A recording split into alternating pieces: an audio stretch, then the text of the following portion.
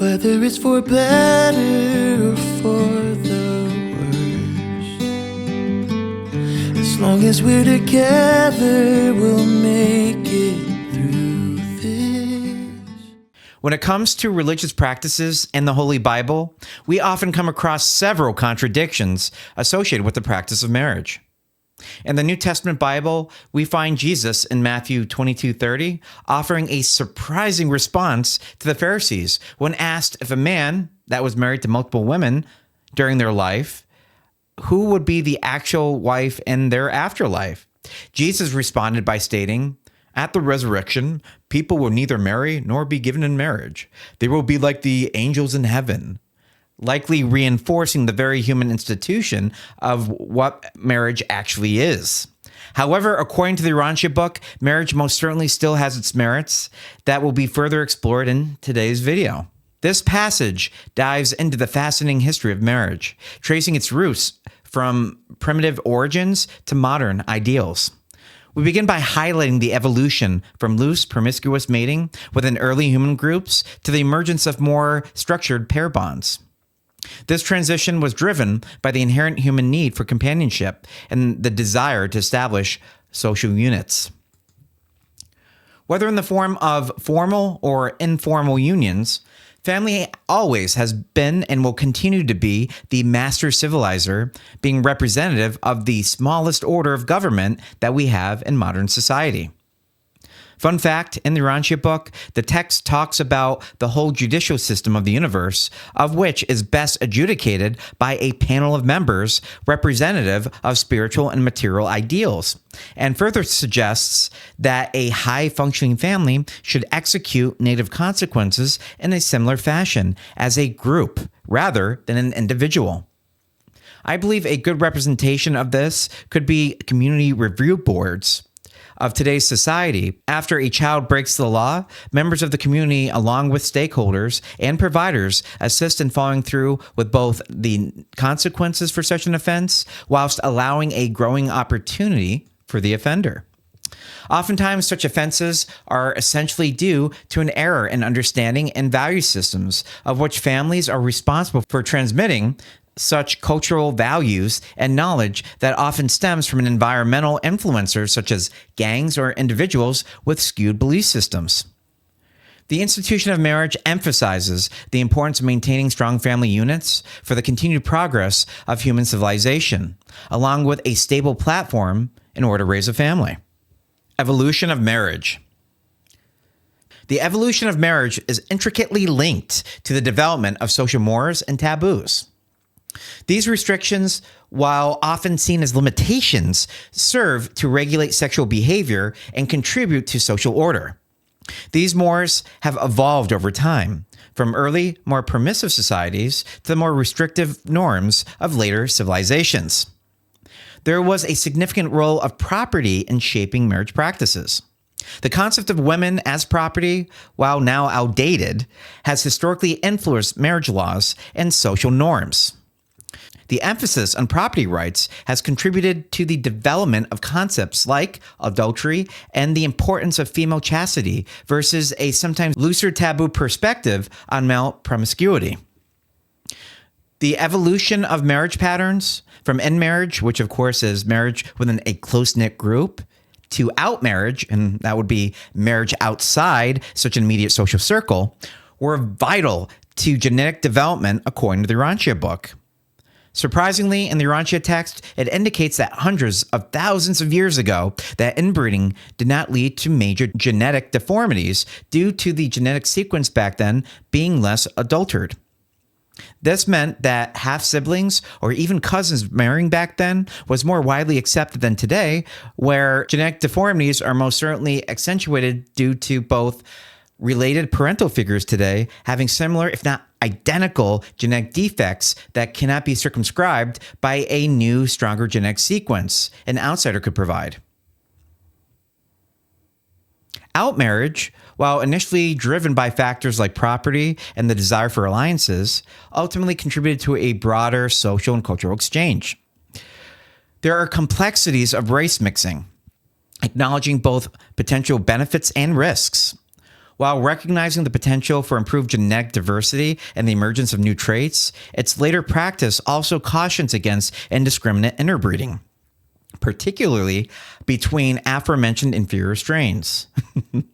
So for those of you that do not know the history of the colored races and feel clueless as to the last few sentences I just spoke, I would highly encourage viewers to watch my other videos on the subject that dive into greater detail pertaining to the life carriers.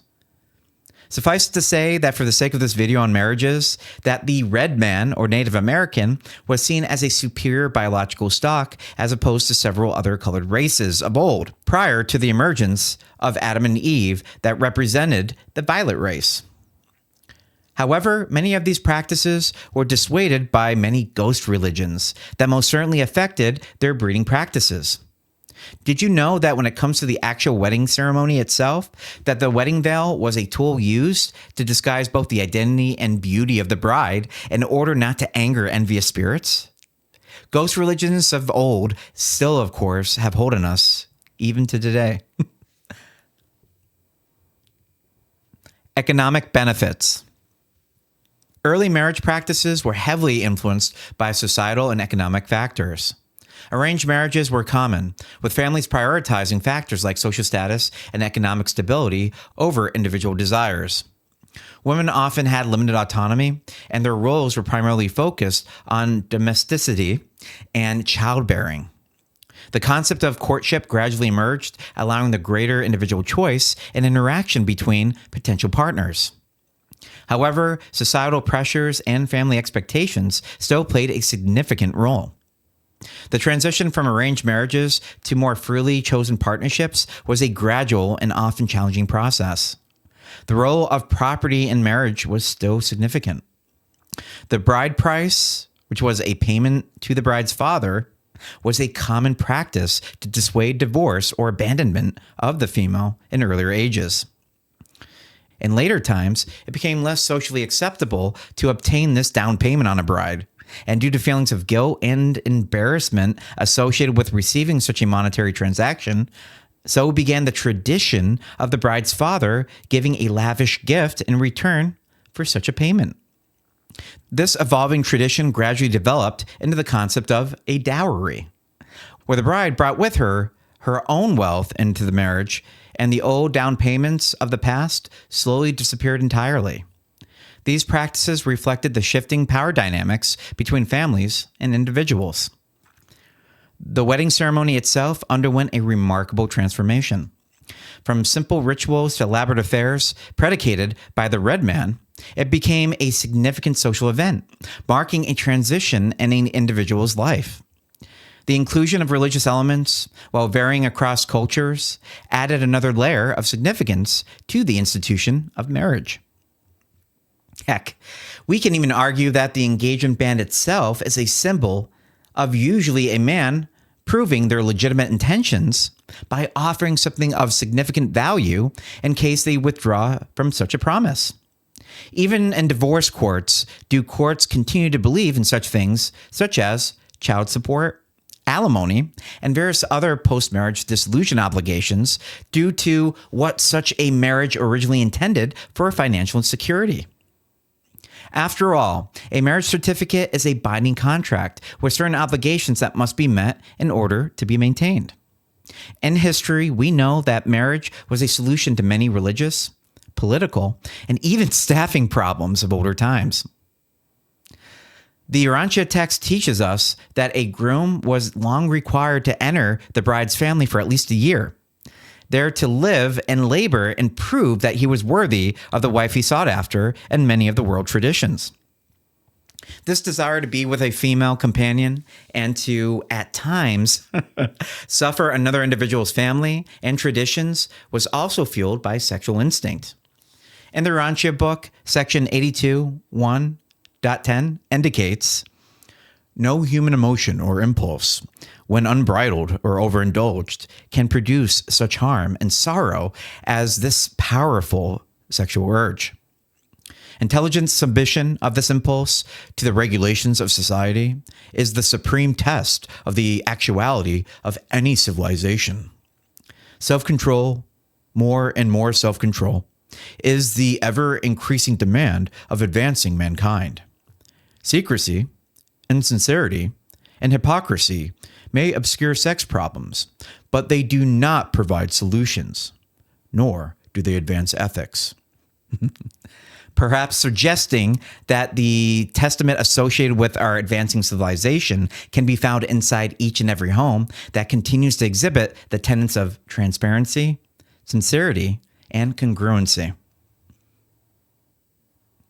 Growth potential.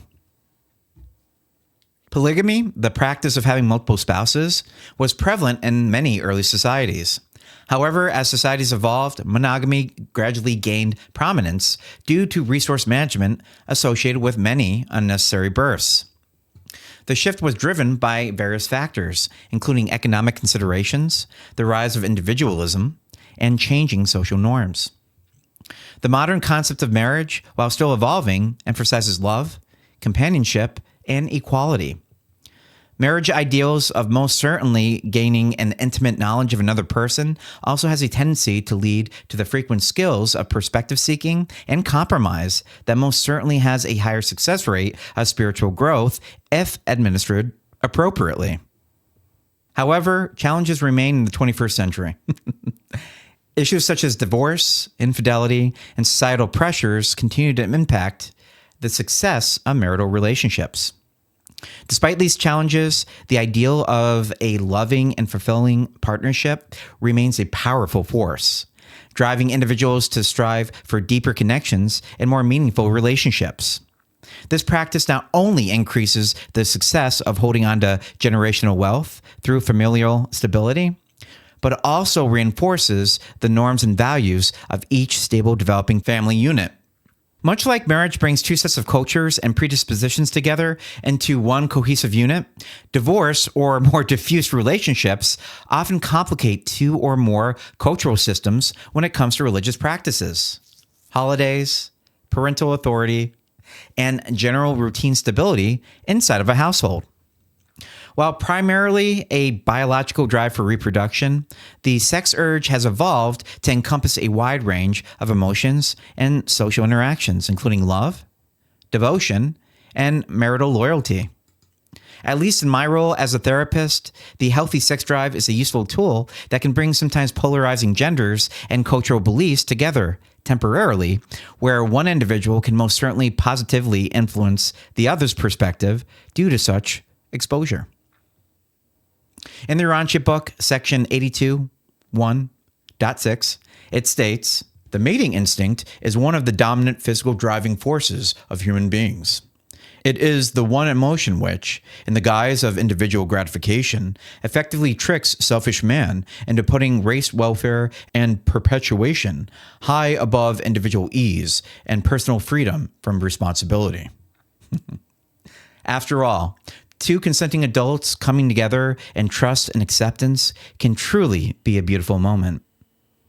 However, such a reality is also why the adverse scenario of sexual violations is so intrinsically pervasive. Conclusion.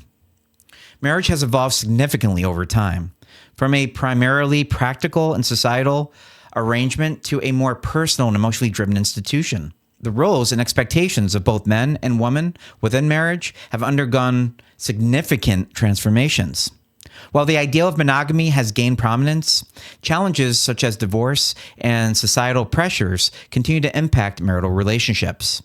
The ongoing evolution of marriage reflects the changing social, economic, and cultural landscape of human societies.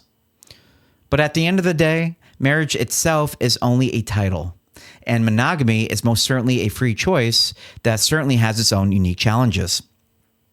Marriage once began as a crude coercion and financial exchange and has gradually evolved into an inspiring institution of self-culture, self-control, self-expression, and self-perpetuation that continues to positively advance our society inside the family household.